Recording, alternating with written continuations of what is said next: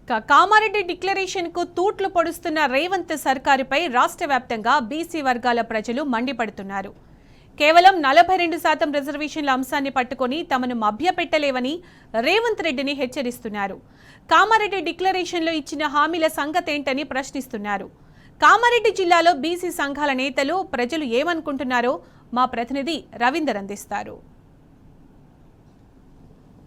Congress party మరోసారి తన కుటిల బుద్ధిని బయటపెట్టింది. ఆర్డినెన్స్ పేరుతో కాలయాపన చేసే పరిస్థితి ఏర్పడింది. ఈ నేపథ్యంలో కామారెడ్డి జిల్లా కేంద్రంలోని ఏర్పాటు చేసినటువంటి ఎన్నికల సమయంలో ఇదే కామారెడ్డి నియోజకవర్గ కేంద్రంలో ఏర్పాటు చేసినటువంటి ఇందిరాగాంధీ స్టేడియంలో రేవంత్ రెడ్డి సిద్ధరామయ్య కర్ణాటక ముఖ్యమంత్రి సిద్ధరామయ్యను తీసుకొచ్చి ఇక్కడికి మేనిఫెస్టోని విడుదలలో బీసీ డిక్లరేషన్ను ఏర్పాటు చేస్తామని చెప్పడం జరిగింది. బీసీలకు 42% రిజర్వేషన్ కల్పిస్తాం, దాంతోపాటు 46 అంశాలను పొందుపరచడం జరిగింది. కానీ ప్రభుత్వం తప్పించుకునే ప్రయత్నం చేస్తుంది. వాళ్ళ ఆర్డినెన్స్ పేరుతో కాలయాపన చేస్తుంది. కామారెడ్డి ప్రజలు ఏమనుకుంటున్నారు బీసీ డిక్లరేషన్ పైన మనతో కొంతమంది బీసీకి సంబంధించిన నాయకులు ఉన్నారు. వారి మాటలో తెలుసుకున్న ప్రయత్నం చేద్దాం. మొదటి నుంచి ప్రజలకు, ముఖ్యంగా బీసీ నాయకులకు, బీసీ నేతలకు కాంగ్రెస్ ప్రభుత్వం బీసీ రిజర్వేషన్ల పైన అనుమానం ఉంది. ఆ కేబినెట్ నిర్ణయాన్ని, అదేవిధంగా బీసీల పట్ల ఉన్నటువంటి చిత్తశుద్ధి విధానాన్ని ఒకసారి పరిశీలిస్తే అనేక అంశాలను పొందుపరిచారు. కేవలం బీసీ రిజర్వేషన్లే కాదు, అనేక అంశాలను ముఖ్యంగా పొందుపరచడం జరిగింది. అందులో క్రియాశీలకమైన వివిధ వర్గాలకు సంబంధించినటువంటి ప్రత్యేక రిజర్వేషన్తో పాటు కార్పొరేషన్ ఏర్పాటు చేస్తామని చెప్పారు. మనతో పాటు మాట్లాడడానికి కొంతమంది బీసీకి సంబంధించిన నాయకులు ఉన్నారు. ఓవరాల్గా మొదటి నుంచి అనుకున్నట్టుగా జరిగింది. ఇవాళ ప్రభుత్వం తప్పించుకునే ప్రయత్నం చేస్తుంది. 42% రిజర్వేషన్ స్థానిక సంస్థల ఎన్నికల్లో కట్టబెడతామని చెప్పి ఇప్పుడు వాళ్ళ ఆర్డినెన్స్ పేరుతో దీన్ని పూర్తి స్థాయిలో తుంగల తొక్కే ప్రయత్నం చేస్తుంది. సాక్షాత్తు ఇక్కడ ఉన్నటువంటి అప్పటి పిసిసి ప్రెసిడెంట్, అదేవిధంగా సిద్ధరామయ్య ఇక్కడ ఏర్పాటు చేసినటువంటి ఎన్నికల సభలో కామారెడ్డి జిల్లా కేంద్రంలో ఒక మాట ఇవ్వడం జరిగింది. పూర్తిగా వాస్తవానికి విరుద్ధంగా ఇప్పుడు వాళ్ళ కాంగ్రెస్ నాయకులు మాట్లాడుతున్నారు. కేవలం ఓట్ల కోసమే బీసీల పట్ల ఆ రోజు చూపించిన ప్రేమ స్పష్టంగా కనబడుతుంది. ఓవరాల్గా బీసీ సమాజం ఏమంటుంది, ముఖ్యంగా ఇదే కామారెడ్డి నియోజకవర్గ కేంద్రంలో ఏర్పాటు చేసినటువంటి బహిరంగ సభలో మాట తప్పిన సిద్ధరామయ్య, ఈనాటి ముఖ్యమంత్రి రేవంత్ రెడ్డి వ్యవహార శైలిని ఏ విధంగా చూడవచ్చు? బీసీలను ఎట్లా వంచాలా, ఎట్లా మోసం చేసి అధికారంలోకి రావాలని ఒక కుట్రతోనే ఈ బీసీ సదస్సు ఇక్కడ బీసీ డిక్లరేషన్ కామారెడ్డిలో ఏర్పాటు చేయడం జరిగింది. మరి కర్ణాటక ముఖ్యమంత్రి సిద్దిరామయ్యను తీసుకొస్తేనన్నా ఇక్కడ బీసీలు నమ్ముతారనే ఉద్దేశంతో తీసుకొచ్చిర్రు. కానీ తీసుకొచ్చిన తర్వాత తెలిసింది, అధికారం వచ్చిన తర్వాత బీసీలను ఎక్కడికక్కడ వంచిస్తూరే తప్ప బీసీల గురించి 18 ఏళ్ళు 19 ఏళ్ళు ప్రభుత్వంలో ఏనాడు బీసీల గురించి ఆలోచించలేరు. స్థానిక సమస్యల రిజర్వేషన్లు 42% ఆర్డినెన్స్ తెస్తా అంటుండు. అంతకంటే ముందు బీసీలకు అనుమానం ఏముందంటే బిల్ పాస్ చేసి కేంద్రానికి పంపిండు, ఏనాడు కూడా అఖిలపక్షాన్ని తీసుకుపోలేడు, ప్రధానమంత్రిని 10 సార్లు కలిసిండు, మరి ఏనాడు బీసీల గురించి మాట్లాడలేడు. అందుకే మాకు బీసీలకు అనుమానం ఏముందంటే ముఖ్యమంత్రి గారు కుట్రపూరితంగా బీసీలను వంచడానికి ప్రయత్నం చేస్తుర్రా, లేకపోతే బీసీల మీద ప్రేముండి కార్యక్రమాలు చేస్తుండో అర్థం కావడం లేదు. మరి బీసీలను వంచినోడు ఎవ్వడు కూడా బట్టగట్టలేడు. మరి ఈ రోజు కూడా రేవంత్ రెడ్డి ప్రభుత్వం కూడా బీసీలను మోసం చేసి దగా చేస్తే మరి ఆయన ఎన్నట్టుకున్నా కానీ గద్దె దిగవలసి వస్తుంది. కాంగ్రెస్ మళ్ళా జన్మల కూడా అధికారంలోకి రాదు. బీసీలందరూ ఐకమత్యం అవుతారు. మొన్ననే మనకు ఎమ్మెల్సీ ఎలక్షన్లో తెలిసింది బీసీలందరికీ బీసీలు కాంగ్రెస్ పార్టీ మోసం చేస్తుందని చెప్పి బీసీ క్యాండిడేట్ ఎవరుంటే వాళ్ళకే ఓటు వేయడం జరిగింది. కాబట్టి ఇప్పటికైనా కాంగ్రెస్ పార్టీకి చిత్తశుద్ధి ఉంటే కేంద్రంతో కొట్లాడండి. ఇవాళ బీజేపీ కానీ కాంగ్రెస్ కానీ రెండు ఒకటై బీసీల బతుకులతో ఆటలాడుతుంది. బీసీలను ఎట్లా మోసం చేయాలా, ఎట్లా వంచాలనే ఒక కుట్రపూరితంగా పనిచేస్తుంది తప్ప బీసీల గురించి ఏనాడు కూడా కాంగ్రెస్ ప్రభుత్వము ప్రయత్నం చేయడం లేదు. మరి ముఖ్యంగా రేవంత్ రెడ్డి అయితే బీసీలను ఎట్లా అణచివేయాలా, తన కుర్చీని ఎట్లా కాపాడుకోవాలనే ఆలోచన తప్ప బీసీల గురించి ఏనాడు ఒక పల్లెత్తి మాట కూడా మాట్లాడలేడు. బీసీల పట్ల చిత్తశుద్ధి ఉంటే మరి ఈ మంత్రులు ఇవాళ పొన్నం ప్రభాకర్ వీళ్ళందరూ మాట్లాడుతున్నారు.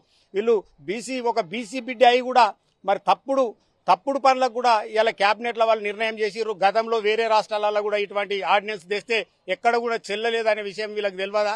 దయచేసి బీసీలను మోసం చేయకుండా మీరు ఇప్పటికైనా సరే మీరు బీసీలకు మీరు క్షమాపణ చెప్పైనా మాతో కాదని అంటే కూడా మేము బీసీలను క్షమించే పరిస్థితి వస్తుంది తప్ప మీరు ఇంకా బీసీలను వంచడానికి, మోసం చేయడానికి అటు కేంద్రము ఇటు రాష్ట్రము రెండు ప్రభుత్వాలు కూడా బీసీలను మోసం చేయడానికి కంకణం కట్టుకున్నాయి. బీసీల దెబ్బేందో మీకు వచ్చే ఎన్నికలల్లా పుట్టగతులు లేకుండా పోతాయి. ప్రధానమంత్రి కూడా బీసీ బిడ్డ అయి ఉండి కూడా బీసీల గురించి ఏనాడు ఆలోచించడం లేదు. మరి రేవంత్ రెడ్డి అయితే కేవలం కృషి కోసమే ఇలా పిసిసి అధ్యక్షుడు కూడా మాట్లాడుతుండు బీసీల గురించి.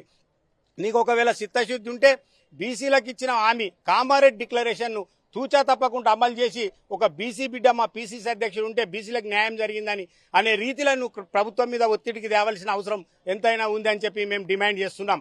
కాంగ్రెస్ పార్టీకి పుట్టగతులు ఉండే బీసీలను మోసం చేస్తే అత్యధిక మెజారిటీ ఉన్న బీసీలం ఏనాడు కూడా కాంగ్రెస్ కానీ ఏ పార్టీ అధికారంలోకి రావాలన్నా బీసీలతో ఆటలు ఆడుకొని అధికారంలోకి వస్తున్నారు తప్ప బీసీలకు ఉరగబెట్టింది ఏం లేదు. ఇప్పటికైనా మీరు నిజాయితీగా బీసీలకు న్యాయం చేయడానికి అవుతుందా కాదా మీరు నిజాయితీగా చెప్పాలని చెప్పి మేము డిమాండ్ చేస్తున్నాం. జై బీసీ. కాంగ్రెస్ ప్రభుత్వం గతంలో చెప్పింది ఎన్నికలు అయిన తర్వాత కరెక్ట్ గా 6 నెలల తర్వాత బీసీ డిక్లరేషన్ సంపూర్ణంగా అమలు చేస్తాం, 42% రిజర్వేషన్ కల్పిస్తాం, దాంతో పాటు అనేక వెనుకబడిన వర్గాల అభ్యున్నతి కోసం ప్రత్యేక కార్పొరేషన్ ఏర్పాటు చేస్తామని చెప్పారు.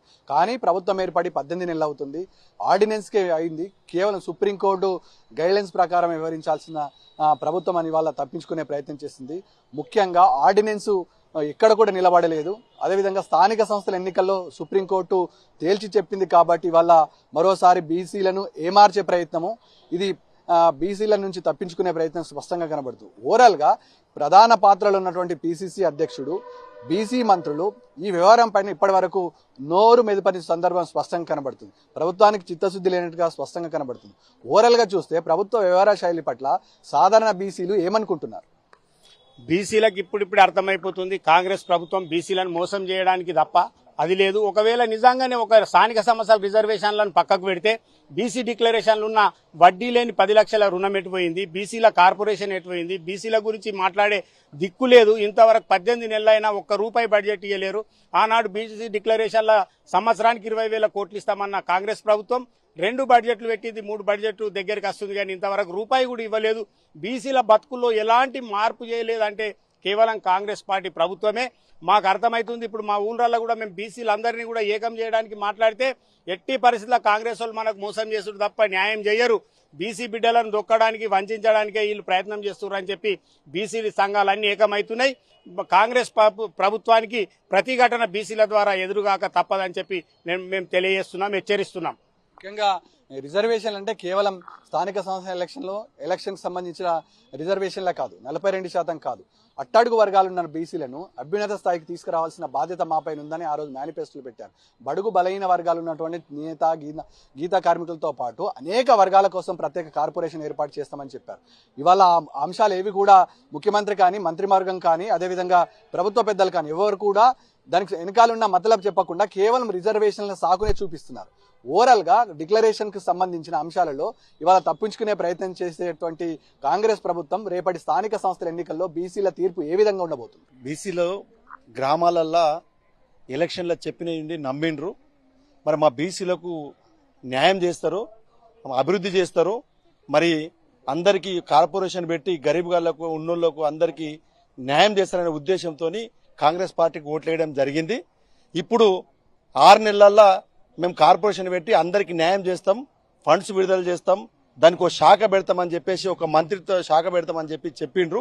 ప్రజలు బీసీలు అందరు నమ్మి మోసపోయినరు. రోజు 6 నెలలు పోయింది, ఇలా 16 నెలలు అయింది, 17 నెలలు అయింది. బీసీల గురించి మాట్లాడిన పాపాన లేదు. ఇలా ఎలక్షన్లు పెట్టాలని చెప్పేస్తే బీసీలది తేల్చినాకనే ఎలక్షన్లు పెట్టాలని చెప్పామంటే ఆ బీసీలది ఏం చేయాలని ఆలోచన అర్థం కాక ఒక ఆర్డినెన్స్ అని ఒక పేరుతోని, ఇప్పుడే కాదు వేరే రాష్ట్రాల్లో కూడా ఆర్డినెన్స్ అని పెట్టి అది మోసం జరిగింది. ఈ ఆర్డినెన్స్ పేరుతోని ఏం అర్థం కాక మోసం చేస్తానికే తప్ప ఆర్డినెన్స్ పెట్టే తప్ప బీసీలకు న్యాయం చేస్తానికి కాదు అని చెప్పేసి బీసీలందరికీ అర్థమైంది.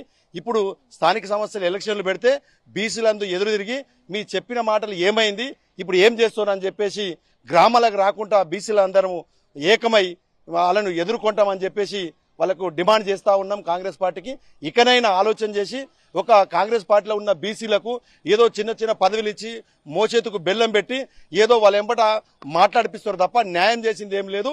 ఏదో మీ బీసీలకు ఈ పదవి ఇవ్వలేమా, ఇక పీసీసీ ప్రెసిడెంట్ ఇచ్చినాం అది ఇచ్చినాం అనుకుంటా వాళ్ళకి ఏదో వాళ్ళ ఎంబట తింపుకుంటానికే తప్ప ప్రజలకు ఏం చేసేది లేదు.